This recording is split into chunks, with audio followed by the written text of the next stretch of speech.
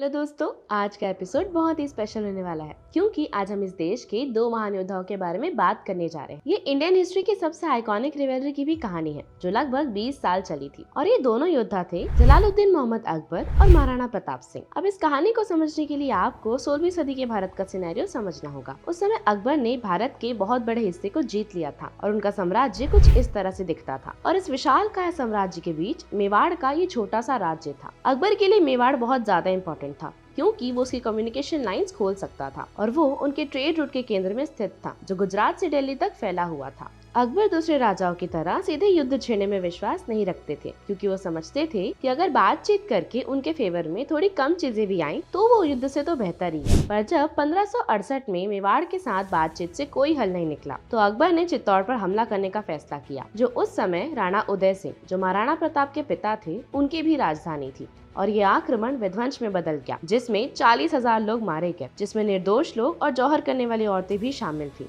और इसका महाराणा प्रताप को बहुत गहरा सदमा लगा जो उस टाइम सिर्फ एक छोटे राजकुमार थे।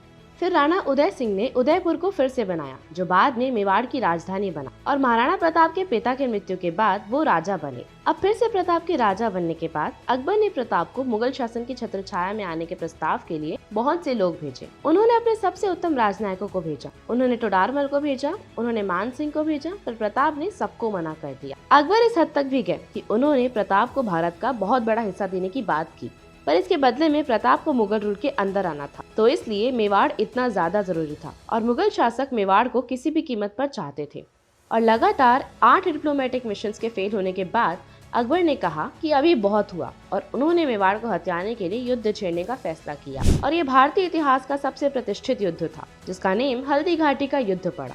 तो दोस्तों, हल्दी घाटी के युद्ध को समझने के लिए आपको दोनों पक्षों को समझना होगा। एक साइड में हमारे पास महाराणा प्रताप सिंह थे जिनके पास कुल 20,000 सैनिक थे जबकि दूसरी तरफ सम्राट अकबर के पास 80,000 सैनिक थे। सिर्फ इस युद्ध के लिए अकबर ने प्रताप से 3 गुना अधिक हाथी खरीदे और सिर्फ हल्दी घाटी के युद्ध में ही अकबर के पास इतने घोड़े थे जितने महाराणा प्रताप की पूरी सेना के पास थे। जहां महाराणा प्रताप की सेना तलवार, धनुष और तीर के साथ युद्ध कर रही थी वही मुगल सेना के पास बंदूकें थी जो उस समय बहुत बड़ी फायदे की बात थी। और सबसे ज्यादा जरूरी, महाराणा प्रताप के खुद के भाइयों ने अकबर से हाथ मिला लिया था क्योंकि उनको मेवाड़ की राजगद्दी नहीं मिली थी।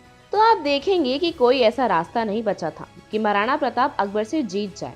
पर क्या आप जानते हैं कि हल्दी घाटी का युद्ध अकबर के द्वारा लड़े गए सबसे कठिन युद्धों में से एक था और खास बात ये कि अकबर हल्दी घाटी का युद्ध नहीं जीत पाया। और ये यहाँ सवाल उठाता है कि 4 गुना ज्यादा सैनिक, 3 गुना ज्यादा हाथी और खुद दुश्मन के भाई अपने साथ होने के बाद भी अकबर क्यों नहीं जीत पाए।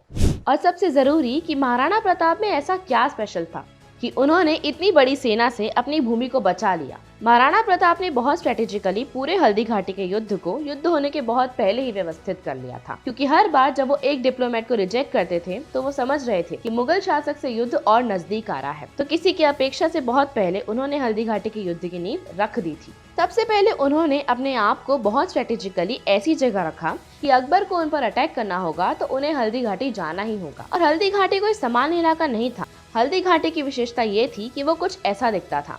उसके दोनों तरफ पहाड़ थे और वहां पर एक छोटा रास्ता था जहां से सिर्फ लिमिटेड नंबर में ही लोग आ जा सकते थे। तो सेना की साइज चाहे जो भी हो, उनको उस घाटी से गुजरने के लिए बाधाओं का सामना करना था और अगर वो अपनी अपेक्षा से ज्यादा सेना लाते तो भगदड़ मचने के बहुत ज्यादा चांसेस थे और युद्ध की तुलना में भगदड़ में ज्यादा लोग मारे जाते। और अगर आपने 300 मूवी देखी है तो आप इस वॉर की स्ट्रेटेजी को ज्यादा अच्छे से समझ पाएंगे। दूसरा, महाराणा प्रताप समझ गए थे कि चित्तौड़ के पहले के युद्धों में मुगलों की तोपें एक्स फैक्टर थी। इन्हीं तोपों के इस्तेमाल से चित्तौड़ की दीवारों को तोड़ा गया था जब महाराणा प्रताप बहुत छोटे थे। पर क्या आपको अंदाजा है कि हल्दी घाटी के सकरे रास्ते के कारण मुगल अपनी तोपों का इस्तेमाल नहीं कर पाए थे और उनको अपने एक्स फैक्टर के बिना ही युद्ध करना पड़ा। और तीसरा, महाराणा आपको पता था कि युद्ध की सबसे बड़ी संपत्ति सेना या हथियार नहीं था बल्कि युद्ध होने वाली जगह के बारे में जानकारी था। तो उन्होंने भील समुदाय के साथ कोलैबोरेट किया जो गोरिल्ला वॉर में एक्सपर्ट थे और हल्दी घाटी के बारे में किसी और से बेहतर जानते थे और वो तीरंदाजी में भी एक्सपर्ट थे और महाराणा प्रताप की इंटेलिजेंस यूनिट की तरह सर्वे करके पहाड़ों के ऊपर से उन्हें युद्ध की सभी परिस्थितियों की जानकारी दिया करते थे। और इस तरह 18 जून 1576 की कड़कती गर्मी की सुबह दोनों सेनाओं ने हल्दी घाटी के एक भूखंड में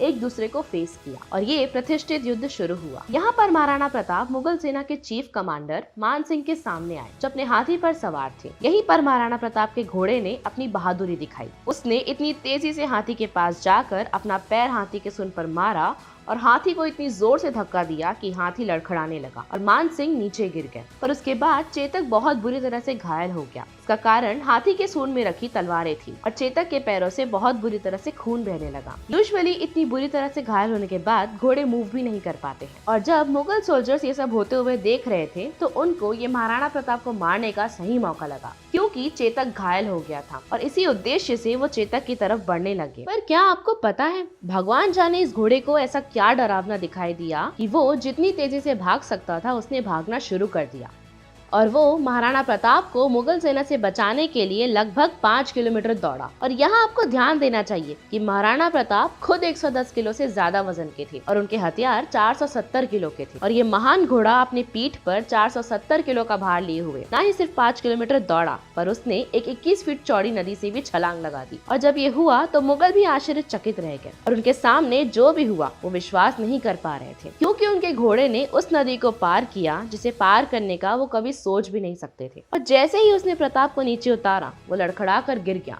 और ये महान घोड़ा मर गया।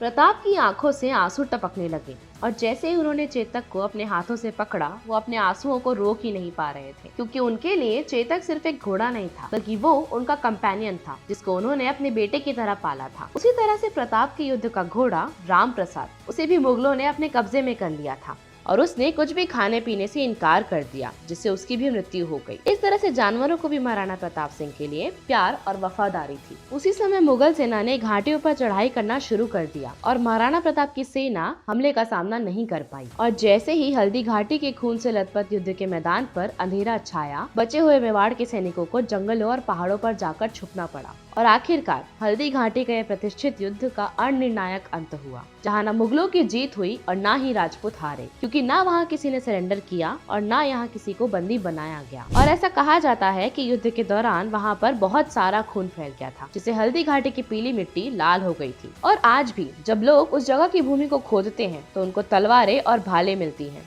अब बहुत सारे हिस्टोरियन की टेक्स्ट बुक्स यहाँ पर खत्म हो जाती हैं और उनके अलग अलग वर्जन ये बताते हैं कि महाराणा प्रताप अपनी बची हुई जिंदगी मुगलों से छिपते छिपाते जंगल में बिता रहे थे। पर मैं आपको बता दूं कि सच्चाई ये है कि उन्होंने वहाँ छुपकर तामाशाह नाम के अपने जनरल से फंड्स लेकर दूसरी सेना तैयार की और फिर उसके बाद अकबर महाराणा प्रताप के विरोध में चलाए गए कई अभियानों में हार गए। इनफैक्ट अकबर खुद महाराणा प्रताप को अपने अंडर करने के लिए मेवाड़ आए, पर उनकी गोरिल्ला युद्ध की टेक्निक के कारण न उन्हें प्रताप पर अधिकार प्राप्त हुआ और न ही मेवाड़ पर। एक ब्रिटिश हिस्टोरियन जिनका नेम कॉलोनल जेम्स टॉड था, उन्होंने एक और भयंकर युद्ध के होने की बात की है जिसका नेम बैटल ऑफ दिवेर था। और इस युद्ध को लड़ने के लिए शहंशाह अकबर ने 36,000 सैनिकों की टुकड़ी भेजी, पर इस बार महाराणा प्रताप की सेना ने बहुत प्रत्यक्ष रूप से मुगल सेना को हरा दिया और जीत कर मेवाड़ पर पूरी तरह से अपनी सत्ता प्राप्त कर ली। और इसके बाद मुगल प्रताप को हराने के उद्देश्य से उनके आसपास भी नहीं आए। इसी बीच मेवाड़ फिर से समृद्ध हो गया और महाराणा प्रताप सिंह ने अगले 20 सालों तक एक राजा की तरह शासन किया और आखिर में 1597 में एक शिकर दुर्घटना में उनकी मृत्यु हो गई। इस तरह से महाराणा प्रताप सिंह ने अपनी आखिरी सांस तक मुगल शासक के विरोधी की तरह ही अपनी छवि बनाई रखी और इस तरह से इस महान रिवेलरी की कहानी अपने अंत तक पहुंची। जब मुगलों के सूचक ने अकबर के कोर्ट में ये खबर सुनाई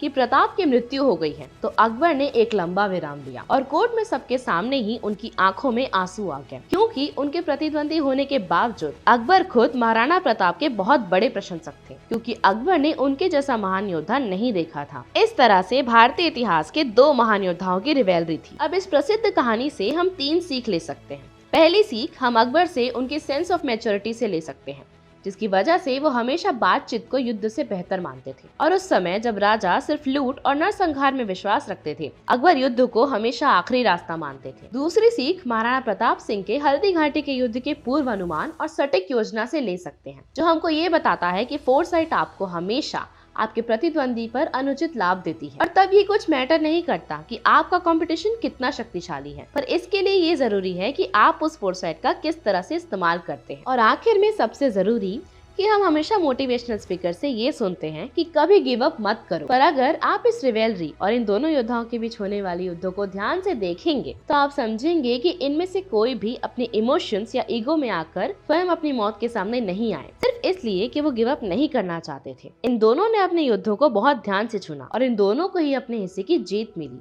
इससे फिर से हमको बहुत जरूरी सीख ये मिलती है कि असली ज्ञान कभी हार ना मानने में नहीं है, बल्कि ये डिसाइड करने में है कि क्या, कब और कैसे करना है।